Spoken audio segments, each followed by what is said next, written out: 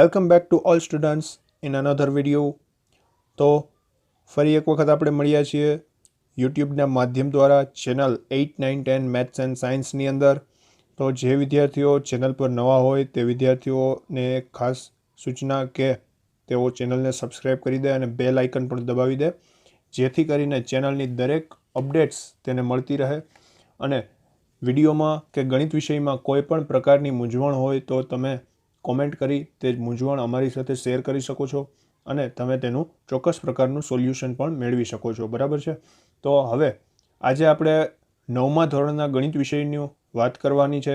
તેમાં આંકડાશાસ્ત્ર પ્રકરણની અંદર આપણે આગળ વધીએ તો આજે આપણે માહિતીની આલેખાત્મક રજૂઆત શીખવાના છીએ. માહિતીની રજૂઆત આપણે શીખી ગયા, બસ હવે આપણે શીખવાની છે માહિતીની આલેખાત્મક રજૂઆત. એટલે કે માહિતીને આપણે આલેખ વડે કેમ દર્શાવવી તે વિશે આપણે અભ્યાસ કરવાના છીએ. તો મિત્રો, સૌપ્રથમ આપણે ગ્રાફિકલ રિપ્રેઝન્ટેશન કરવાનું છે, એટલે કે આલેખાત્મક રજૂઆત જે કરવાની છે તે માટે તમને એક પ્રશ્ન થવો જોઈએ કે આ આલેખાત્મક રજૂઆતના ઉપયોગો શું છે, શા માટે આ આલેખાત્મક રજૂઆત કરવામાં આવે છે, સાદી રજૂઆતમાં શું તકલીફ છે કે જેથી કરી આપણે આલેખ આકૃતિના ઉપયોગ કરીએ છીએ, આલેખના ઉપયોગ કરીએ છીએ. બરાબર. તો સૌપ્રથમ આપણે જાણીએ કે આલેખ આકૃતિના ઉપયોગો કયા કયા છે. શું જાણીએ? આલેખના ઉપયોગો. બરાબર.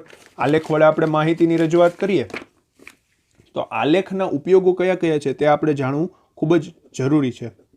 તો આલેખના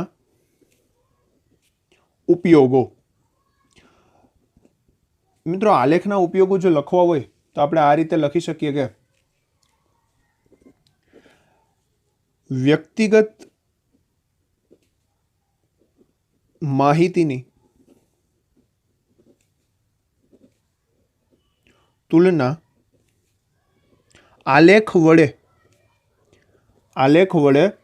વધુ સારી રીતે થાય છે. શું કીધું?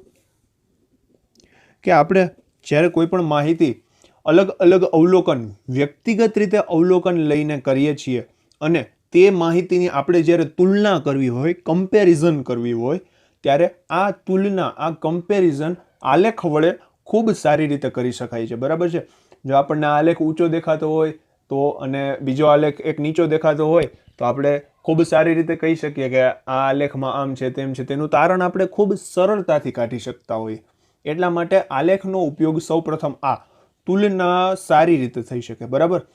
ત્યારબાદ હવે વાસ્તવિક માહિતી કરતાં આલેખાત્મક રજૂઆત સમજવી એક વધુ સરળ છે. બરાબર. વાસ્તવિક માહિતી કરતાં આલેખાત્મક રજૂઆત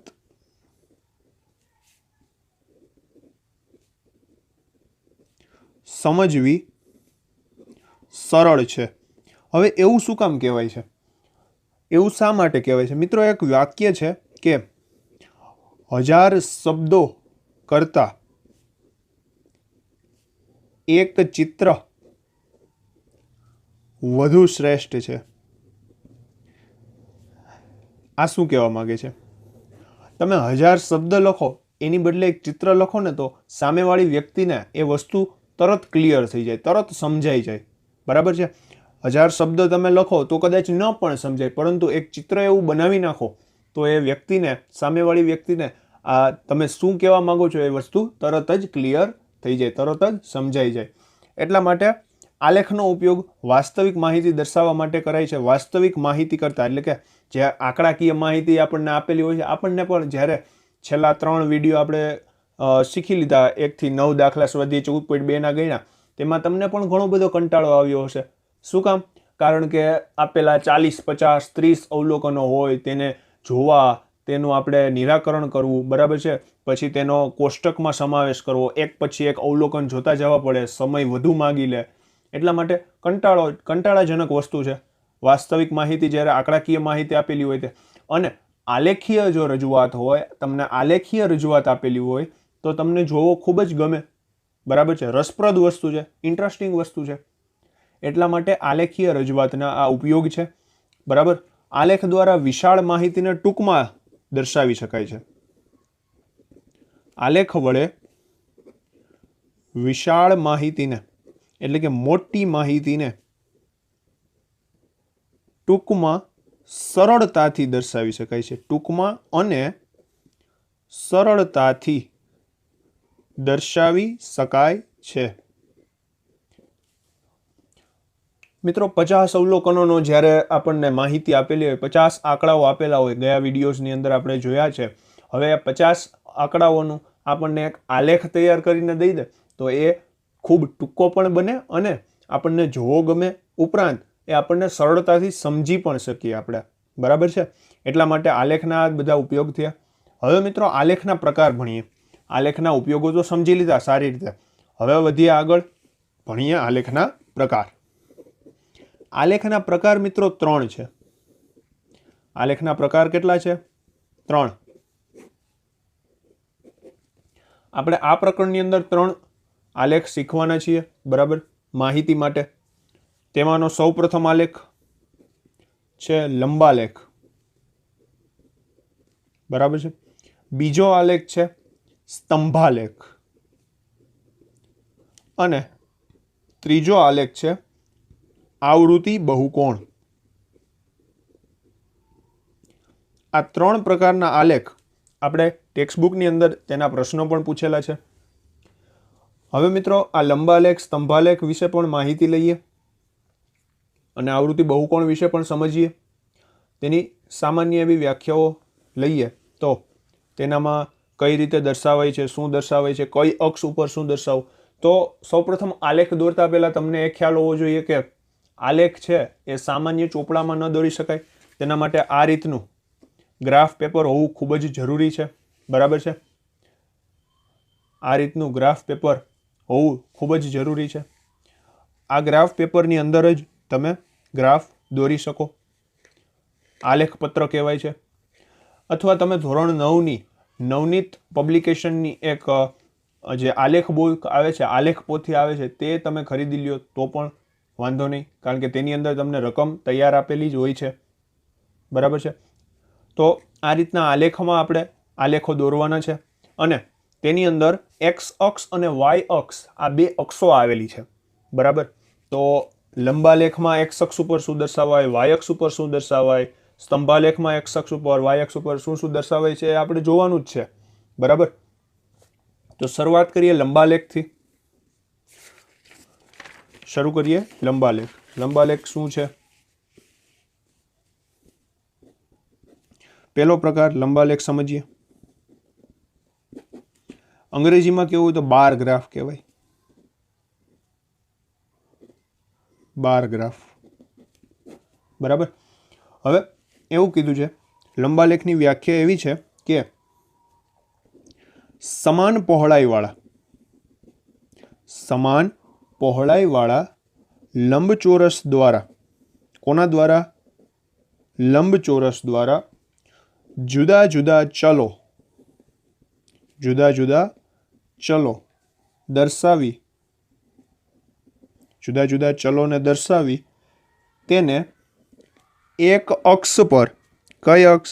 એક અક્ષ પર, કોઈ પણ એક અક્ષ, એક્સ અક્ષ પણ ચાલે, વાય અક્ષ પર ચાલે, એક અક્ષ પર સમાન અંતરે, કેવા અંતરે? સમાન અંતરે દોરવામાં આવે છે. બરાબર છે? સમાન પહોળાઈવાળા લંબચોરસ દ્વારા જુદા જુદા ચલો દર્શાવીને એક અક્ષ પર સમાન અંતરે દોરવામાં આવે છે. કોઈ પણ એક અક્ષ, ધારો કે એક્સ અક્ષ ધારી લીધી. ધારો કે ચલને દર્શાવવા માટે આપણે કોઈ એક અક્ષ, એક્સ અક્ષ ધારી લીધી કે એક્સ અક્ષ પર ચલ દર્શાવવામાં આવે તો વાય અક્ષ ઉપર શું દર્શાવવું પડે? વાય અક્ષ ઉપર શું દર્શાવવું પડે? વાય અક્ષ પર એટલે કે બીજી અક્ષ પર ચલનું મૂલ્ય દર્શાવવું પડે. શું દર્શાવવું પડે? ચલનું મૂલ્ય દર્શાવવું પડે. કોઈ એક અક્ષ પર આપણે જ્યારે ચલ દર્શાવીએ અને બીજી અક્ષ પર આપણે શું દર્શાવશું? ચલનું મૂલ્ય દર્શાવવું પડે. બરાબર છે? ધારો કે કોઈ આલેખ, અહીંયા હું એક રફ આલેખ દોરી દઉં છું તમને. ધારો કે આપણને આલેખ આપેલા છે જેની અંદર ચલ તરીકે મહિના છે જાન્યુઆરીથી ડિસેમ્બર સુધીના, એટલે હું અહીંયા 2-4 મહિના જ લઈશ. જાન્યુઆરી છે, ફેબ્રુઆરી છે, ત્યારબાદ ત્રીજો માસ માર્ચ મહિનો છે, એપ્રિલ મહિનો છે, ત્યારબાદ મે મહિનો છે. આ રીતે મેં 5 મહિના ધારી લીધા અને મેં કોઈ ચલ ધારી લીધા છે. આ ચલ જ થયા આપણા. એક્સ અક્ષ ઉપર ચલ, અહીંયા જે બંને અક્ષનું છેદ બિંદુ હોય તે ઉગમ બિંદુ 0, બરાબર. અને હવે વાય અક્ષ ઉપર આપણે શું દર્શાવશું? ચલનું મૂલ્ય દર્શાવીએ.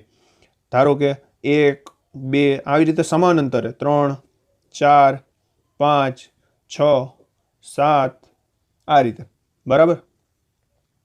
હવે જાન્યુઆરી મહિના માટેનું મૂલ્ય ધારો કે કદાચ 3 હોય તો આપણે આ રીતનો એક ગ્રાફ તૈયાર કરશું 3, બરાબર. ફેબ્રુઆરી માટેનું મૂલ્ય કદાચ 4 હોય તો આ રીતે ફેબ્રુઆરી માટે.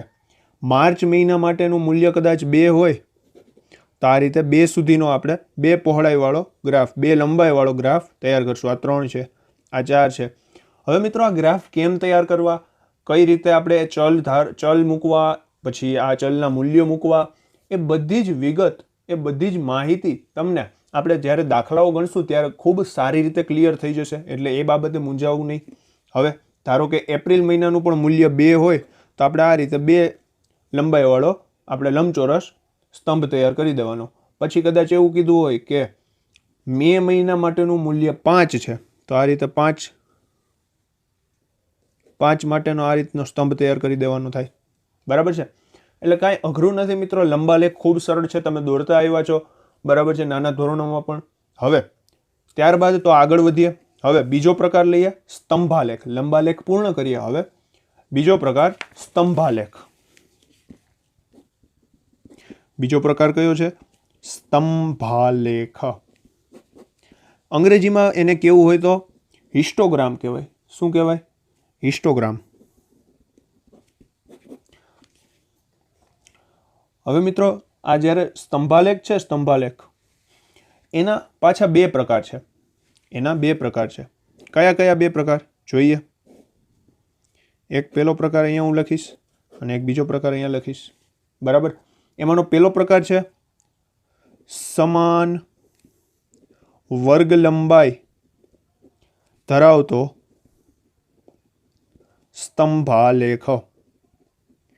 એટલે કે સ્તંભાલેખ તો ખરો જ, પણ કેવો? સમાન વર્ગ લંબાઈ ધરાવતો, બરાબર. અને બીજો કયો હશે તે તમે હવે જાણી ગયા છો. એક સમાન હોય તો બીજો કયો હોય? અસમાન વર્ગ લંબાઈ વાળો, બરાબર છે. અસમાન વર્ગ લંબાઈ ધરાવતો સ્તંભાલેખ, બરાબર છે. અક્ષર થોડા આડાઅવળા હોય તો ચલાવી લેજો મિત્રો, માફ કરજો મને. હવે આ સમજીએ સમાન લંબાઈ વાળો, સમાન વર્ગ લંબાઈ વાળો સ્તંભાલેખ.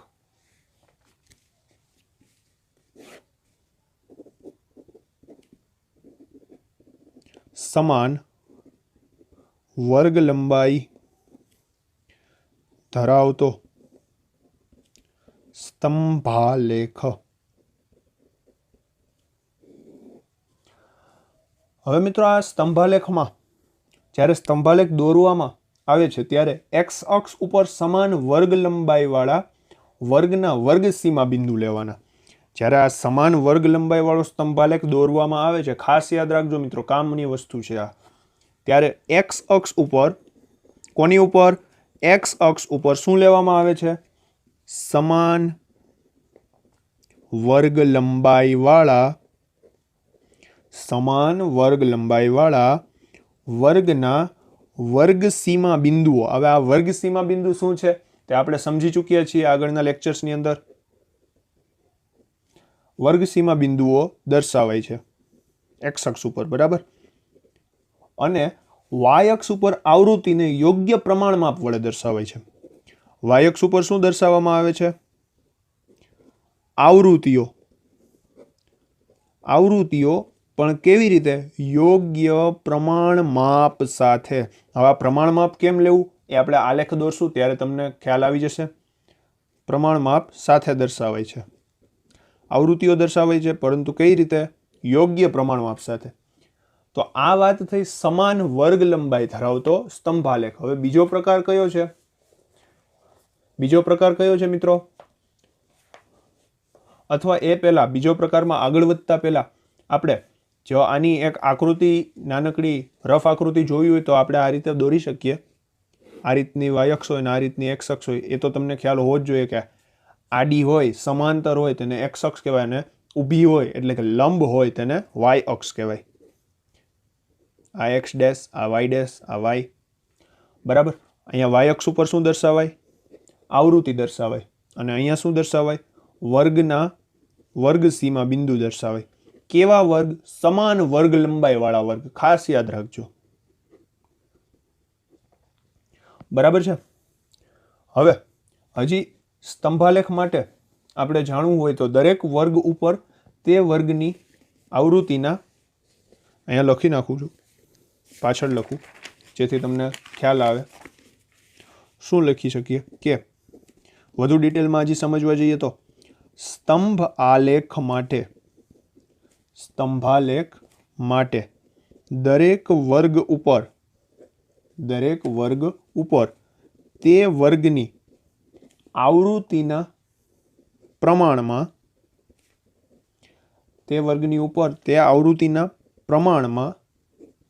ઊંચાઈ ધરાવતો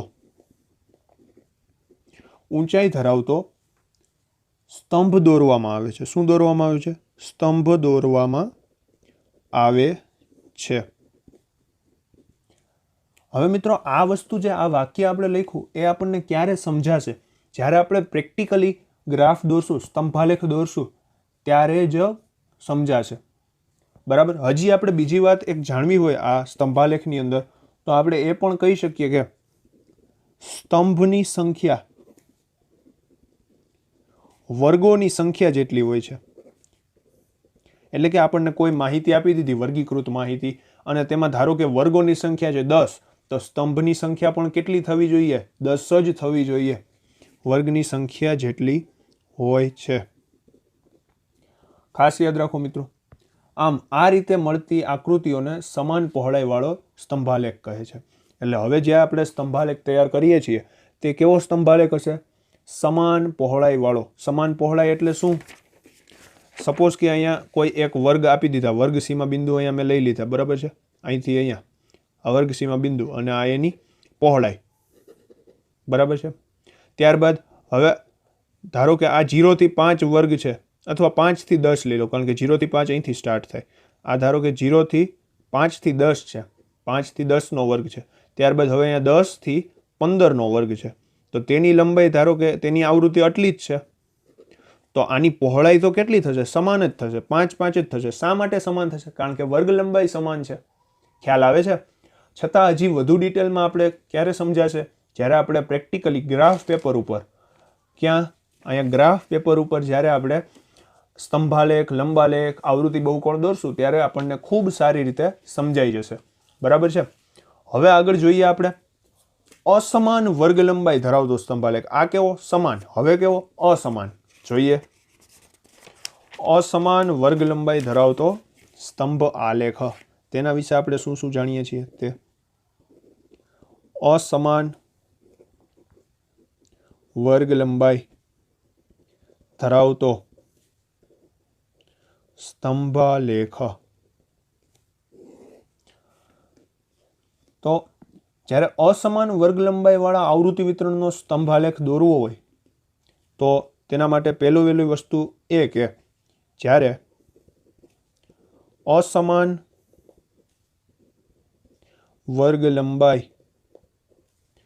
ધરાવતી માહિતીનો અથવા આવૃત્તિ વિતરણનો સ્તંભાલેખ દોરવા માટે પહેલી વસ્તુ એ કરવી પડે કે લંબચોરસની લંબાઈને પ્રમાણસર બનાવવી પડે. શું બનાવવી પડે? પ્રમાણસર બનાવવી પડે. આ વસ્તુ શું છે મિત્રો? આ વસ્તુ ખાસ ક્યારે? જ્યારે અસમાન, અસાન નહીં, અસમાન, અહીંયા સોરી મારી મિસ્ટેક છે મિત્રો લખવામાં. અસમાન વર્ગ લંબાઈ ધરાવતો સ્તંભાલેખ.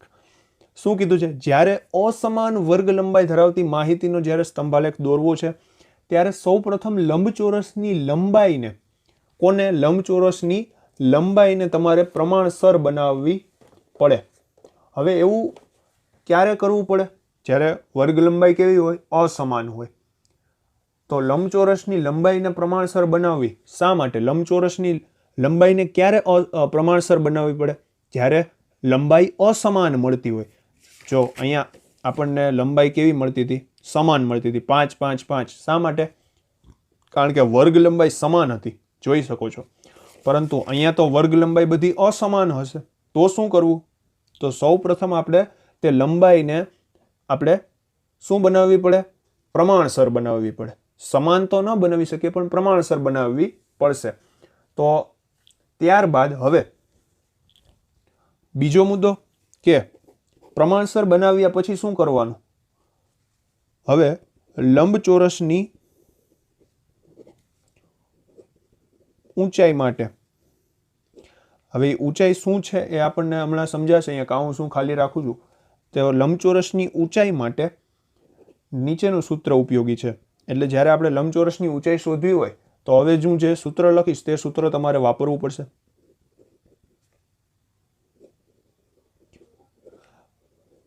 તો મિત્રો, લંબચોરસની ઊંચાઈ દર્શાવે છે શું? અહીંયા જ્યારે આપણે સ્તંભાલેખ દોરતા હતા ત્યારે લંબચોરસની ઊંચાઈ શું દર્શાવતી હતી? આવૃત્તિ. તો નો ડાઉટ કે અહીંયા પણ આવૃત્તિ જ દર્શાવશે તો આવૃત્તિ જ. પરંતુ અહીંયા મિત્રો લંબચોરસની જે લંબાઈ છે એ કેવી છે? પ્રમાણસર છે. કેવી છે? પ્રમાણસર છે. પ્રમાણસર કહેતા સપ્રમાણ છે. કેવી છે? સપ્રમાણ પણ શબ્દ વાપરી શકીએ. શબ્દ મિત્રો કોઈ પણ વાપરી શકીએ, શબ્દની કોઈ વાત નથી. પરંતુ આપણે સપ્રમાણ શબ્દ વાપરીએ એટલે કે સપ્રમાણ લંબાઈ બનાવવી પડે. તો અહીંયા આવૃત્તિ પણ કેવી આવશે?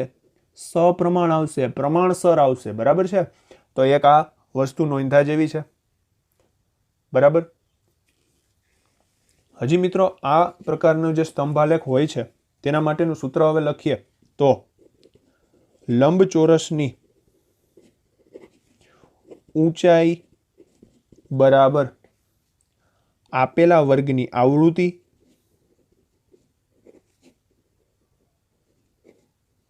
છેદમાં આપેલા વર્ગની વર્ગ લંબાઈ, વર્ગની આવૃત્તિ છેદમાં વર્ગની વર્ગ લંબાઈ ગુણાકારમાં સૌથી ઓછી વર્ગ લંબાઈ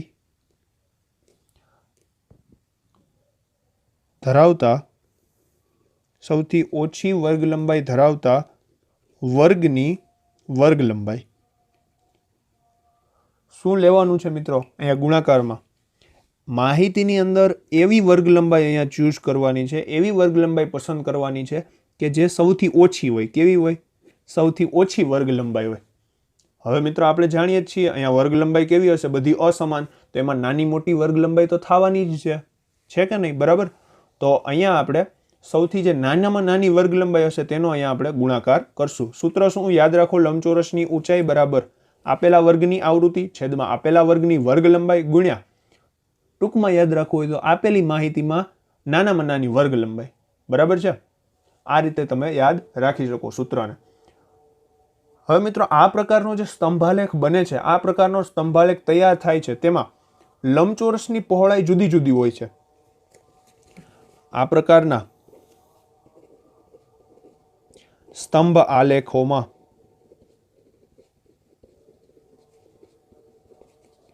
લંબચોરસની પહોળાઈ જુદી જુદી હોય છે અને લંબચોરસનું ક્ષેત્રફળ જે મળે આપણને. હવે મિત્રો જ્યારે લંબચોરસ હોય તો તેનું એક ચોક્કસ પ્રકારનું ક્ષેત્રફળ પણ હોય. તો લંબચોરસનું ક્ષેત્રફળ આવૃત્તિના સમપ્રમાણમાં હોય છે. એટલે કે આવૃત્તિ વધે તો ક્ષેત્રફળ પણ વધે અને આવૃત્તિ ઘટે તો ક્ષેત્રફળ પણ ઘટે. આવૃત્તિના સમપ્રમાણમાં હોય છે. તો આ વાત થઈ મિત્રો અસમાન વર્ગ લંબાઈ ધરાવતા સ્તંભ આલેખની. તો અહીંયા આપણે સ્તંભ આલેખને પૂર્ણ કરીએ. આશા છે કે આ બંને લંબાલેખ અને સ્તંભાલેખ તમને સારી રીતે સમજાયા હશે. હવે આગળ તરફ વધ્યા. ખૂબ જ અગત્યની વસ્તુ, આવૃત્તિ બહુકોણ શું છે? કોણ આવૃત્તિ બહુકોણ, કોણ આવૃત્તિ બહુકોણ. તો હવે શરૂ કરીએ આવૃત્તિ બહુકોણ. ત્રીજો પ્રકાર આલેખોનો. બે પ્રકાર આપણે જોઈ લીધા, લંબાલેખ, સ્તંભાલેખ. સ્તંભાલેખના પણ બે પ્રકાર, સમાન વર્ગ લંબાઈ વાળા, સમાન વર્ગ લંબાઈ ધરાવતા સ્તંભાલેખ અને અસમાન વર્ગ લંબાઈ ધરાવતા સ્તંભાલેખ. હવે આગળ વધ્યા આવૃત્તિ બહુકોણ તરફ. તો આવૃત્તિ બહુકોણ પણ એક વિશિષ્ટ પ્રકારનો આલેખ છે, ખૂબ જ રસપ્રદ છે. તેની અંદર એક્સ અક્ષ ઉપર શું દર્શાવાય અને વાય અક્ષ ઉપર શું દર્શાવાય, પહેલા તેની માહિતી લઈએ. ચાલો, તો આવૃત્તિ બહુકોણમાં એક્સ અક્ષ ઉપર, એક્સ અક્ષ ઉપર છે ને મિત્રો, વર્ગની મધ્ય કિંમતો દર્શાવવામાં આવે છે. શું દર્શાવવામાં આવે છે? દરેક વર્ગની મકી મધ્ય કિંમત. મકી એટલે બીજું કંઈ નથી, મધ્ય કિંમત છે. મકી દર્શાવાય છે, મધ્ય કિંમત દર્શાવાય છે. ખાસ યાદ રાખો, એક્સ અક્ષ ઉપર શું? વર્ગની, દરેક વર્ગની મધ્ય કિંમત. અને વાય અક્ષ ઉપર, વાય અક્ષ ઉપર જે તે મધ્ય કિંમત વાળા વર્ગની આવૃત્તિ. ટૂંકમાં કેવું હોય તો આવૃત્તિ, જે તે મધ્ય કિંમત વાળા વર્ગોની આવૃત્તિ. તો એક્સ અક્ષ ઉપર શું? દરેક વર્ગની મધ્ય કિંમત, અને વાય અક્ષ ઉપર જે તે મધ્ય કિંમત વાળા વર્ગોની આવૃત્તિ દર્શાવાય છે. આ રીતે આપણે ગ્રાફમાં દર્શાવી શકીએ. એક્સ અક્ષ, એક્સ ડેશ, વાય અક્ષ ને વાય ડેશ. અહીંયા ઉગમ બિંદુ હશે. એક્સ અક્ષ ઉપર શું કીધું? મધ્ય કિંમત કીધી, અને અહીંયા આવૃત્તિ કીધી. એટલે અહીંયા ચોક્કસ પ્રકારની જે મધ્ય કિંમત હશે તેના માટેનો ચોક્કસ, આ એક ચોક્કસ મધ્ય કિંમત અને અહીંયા એક ચોક્કસ આવૃત્તિ, તો તેનું બિંદુ એક અહીંયા મળતું હશે. હવે ફરીથી અહીંયા બીજી એક ચોક્કસ મધ્ય કિંમત ને ફરીથી બીજી એક ચોક્કસ આવૃત્તિ, તો તેનું પણ અહીંયા હશે એક બિંદુ. ફરીથી એમ ત્રીજી, એમ ચોથી, એવી રીતે પાંચમી, એમ છઠ્ઠી. આ રીતે આપણને એક ટપકા સ્વરૂપે મળશે. અને ફરી પછી એ છેલ્લે એ બધા ટપકાઓને આપણે આ રીતે જોડવાના થશે. એટલે આ રીતે જે તૈયાર થશે આવૃત્તિ બહુકોણ. બહુકોણ શા માટે કીધો? બહુકોણ શા માટે કીધો? અહીંયા જુઓ, ઘણા બધા ખૂણાઓ તૈયાર થાય છે, બરાબર છે, એટલા માટે બહુકોણ કીધો. એક કરતાં વધુ ખૂણા છે, બરાબર. અને આવૃત્તિ માટેના છે. કોને માટેના છે? આવૃત્તિ માટેના છે. એટલે કહેવાનું છે આવૃત્તિ બહુકોણ, બરાબર. હવે આના માટે જાણ્યા જેવી બાબતો શું છે? પ્રથમ વર્ગના પહેલા વર્ગની મધ્ય કિંમત એટલે કે શું સમજીએ. જે પ્રથમ વર્ગ હોય એટલે કે પહેલો વહેલો જે અહીંયા વર્ગ હોય છે, પહેલો વહેલો વર્ગ, તેના પ્રથમ વર્ગના પહેલાના એટલે કે આગળના, પહેલો વર્ગ એની આગળના વર્ગની મધ્ય કિંમત, પહેલાના એટલે કે આગળના વર્ગની મધ્ય કિંમત અને અંતિમ વર્ગની એટલે કે જે છેલ્લો વર્ગ હોય છે, આ છેલ્લા વર્ગ એની પછીના, અંતિમ વર્ગની પછીના, અંતિમ વર્ગની પછીના, મારે કાઉન્સમાં નહોતું લખવાનું, પછીના બારે જ લખવાનું હતું. અંતિમ વર્ગની પછીના વર્ગની મધ્ય કિંમત પણ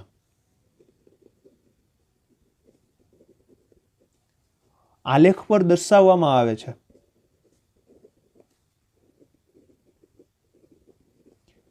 એટલે કે આપણે જે પહેલો વર્ગ શરૂ કર્યો, બરાબર, તેની અગાઉનો વર્ગ, બરાબર, અને જે છેલ્લો વર્ગ આપણે પૂર્ણ કરીએ તેની પછીનો વર્ગ, તેની મધ્ય કિંમતો પણ અહીંયા દર્શાવવી પડે આપણે, બરાબર છે. ધારો કે પહેલો વર્ગ છે તેની મધ્ય કિંમત 5 છે, બીજા વર્ગની મધ્ય કિંમત 10 છે, ત્રીજા વર્ગની મધ્ય કિંમત 15 છે, પછીના વર્ગની મધ્ય કિંમત 20 છે, પછી 25 છે, પછી 30 છે. આ છેલ્લો વર્ગ આવી ગયો, પર હજી આપણે એક એક્સ્ટ્રા મધ્ય કિંમત પણ દર્શાવવી પડે. કેટલી? 35. કારણ કે અહીંયા 5 નું અંતર છે એટલે મેં 5 રાખ્યું. અને હવે જે આપણે અહીંયા તૈયાર કરશું, આને અહીંયા જોડી દેશું અને અહીંયા આ રીતે જોડી દેશું. એટલે હવે જે તૈયાર થશે એ પરફેક્ટ આવૃત્તિ બહુકોણ તૈયાર થશે.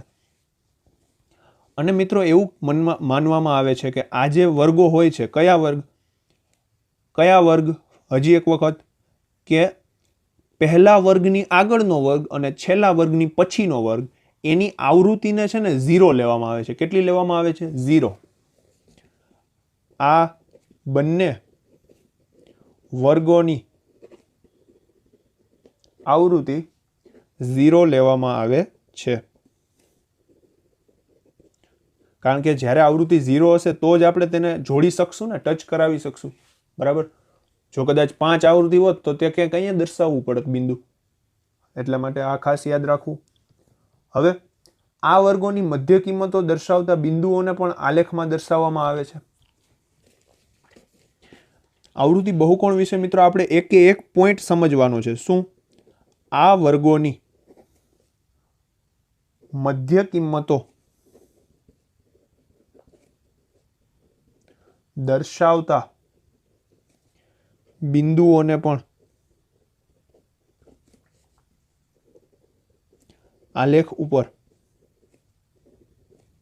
દર્શાવાય છે. એટલે કે જે આ મધ્ય કિંમતો દર્શાવતા બિંદુઓ આપણને મળે છે તે આપણે એક્સ અક્ષ ઉપર દર્શાવીએ જ છીએ. આમ દર્શાવવાની મધ્ય કિંમતોની સંખ્યા આપેલા વર્ગ કરતાં 2 વધુ હોય છે. શું કીધું? આ વર્ગો એટલે કયા વર્ગો?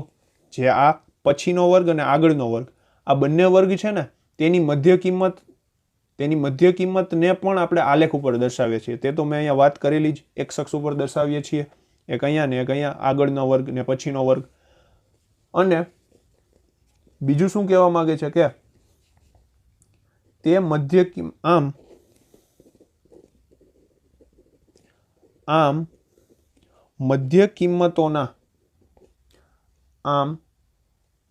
કિંમતોની સંખ્યા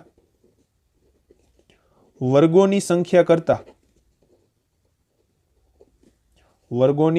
કરતા 2 વધારે મળે. કેટલી વધારે મળે? 2 વધારે મળે. શા માટે? કારણ કે મૂળ વર્ગ હોય એટલા 5 થી 30 સુધીની મધ્ય કિંમતો દર્શાવી દીધી. કેટલા વર્ગ છે? 1 2 3 4 5 6. તો મધ્ય કિંમતો 8 મળશે. શું કામ 8 મળશે તે તમે સમજી ગયા છો. બરાબર? હવે મિત્રો આગળ જોઈએ. મેળવેલા બિંદુઓને ક્રમમાં રેખાખંડો વડે જોડવામાં આવે છે. હવે મેળવેલા જે બિંદુ છે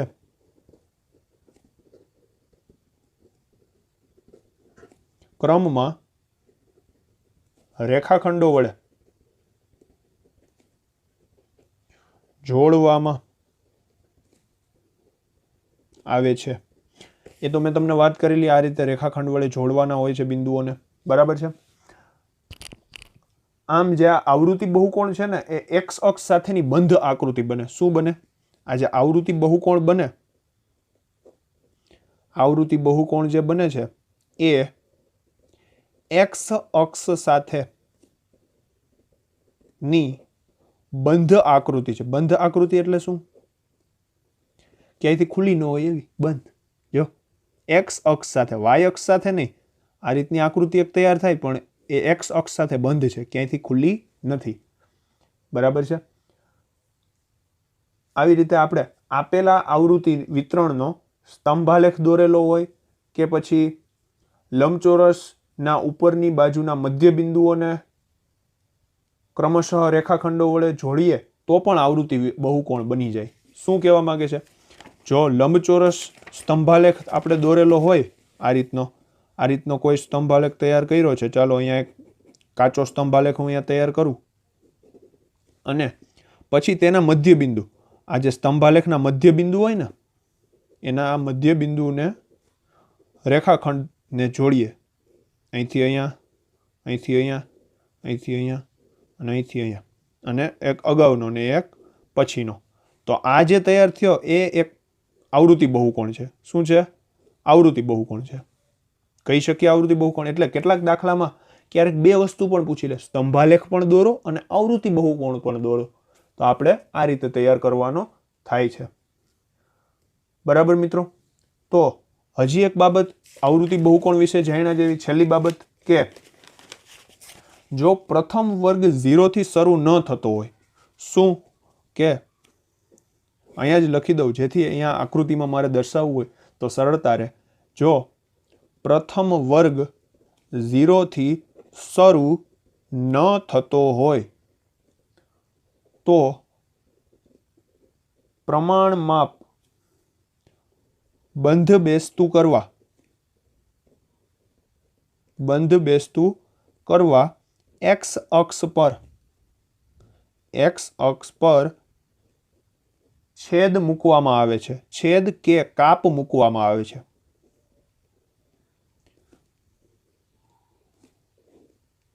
હવે આ શું કહેવા માંગે છે ખૂબ સારી રીતે ડિટેલમાં સમજીએ. જુઓ કે જ્યારે પેલો વર્ગ 0 થી સ્ટાર્ટ નથી થતો, 0 થી શરૂ નથી થતો ને વર્ગ કંઈક આ રીતના છે 25 થી 30, 30 થી 35, 35 થી 40, તો આપણે શરૂ ક્યાંથી કરવાનું છે 25 થી. પરંતુ જ્યારે આપણે આ જે x અક્ષ અને y અક્ષ દોરીએ તો અહીંયાથી તો 0 થી શરૂ થાય, ઉગમ બિંદુથી શરૂ થાય. તો હવે શું કરવાનું આવે? ત્યારે અહીંયા આપણે કાપ મૂકવાનો આવે. કાપ મૂકવો હોય તો આ રીતે મૂકી શકીએ આપણે કાપ. ચોક્કસ આકૃતિ જો મારે દોરવી હોય તો હું તમને આ રીતે બતાવું. આ રીતે કંઈક કાપ મૂકવો પડે અને પછી અહીંયાથી આપણે શરૂ કરી શકીએ. 25 પછી અહીંયા 30 એ રીતે બનાવી શકીએ. બરાબર છે? તો આ જે મૂક્યો એને શું કહેવાય? છેદ મૂક્યો કહેવાય. શું મૂક્યો કહેવાય? છેદ મૂક્યો કહેવાય અથવા કાપ મૂક્યો કહેવાય. ક્યારે મૂકવો પડે કાપ? જ્યારે પ્રથમ વર્ગ 0 થી શરૂ ન થતો હોય. આ વાત યાદ રાખવી, ખૂબ કામ લાગશે. બરાબર? તો આ વિડીયોમાં આપણે આલેખાત્મક રજૂઆત જોઈ, આલેખાત્મક રજૂઆત શીખી લીધી છે. હવે આપણે નેક્સ્ટ વિડીયોથી સ્વાધ્યાય 14.3 શરૂ કરીશું, જેમાં આપણે આલેખ દોરવાના છે. એટલા માટે આ સમજવું અગત્યનું હતું. તો આ વાત થઈ સ્વાધ્યાય 14.3 માટે અગત્યની થિયરીઓ, જે તમે 1 વખત 2 વખત 3 વખત રિફર કરશો ત્યારે જ સમજાશે. એટલા માટે આ વિડીયો ફરીને જુઓ અને શરૂઆતથી લઈ અંત સુધી જુઓ, જેથી કાંઈ પણ મિસ ન થાય. તો આ વિડીયોમાં અહીંયા સુધી. હવે આપણે સ્વાધ્યાય 14.3 નેક્સ્ટ વિડીયોમાં શરૂ કરીશું.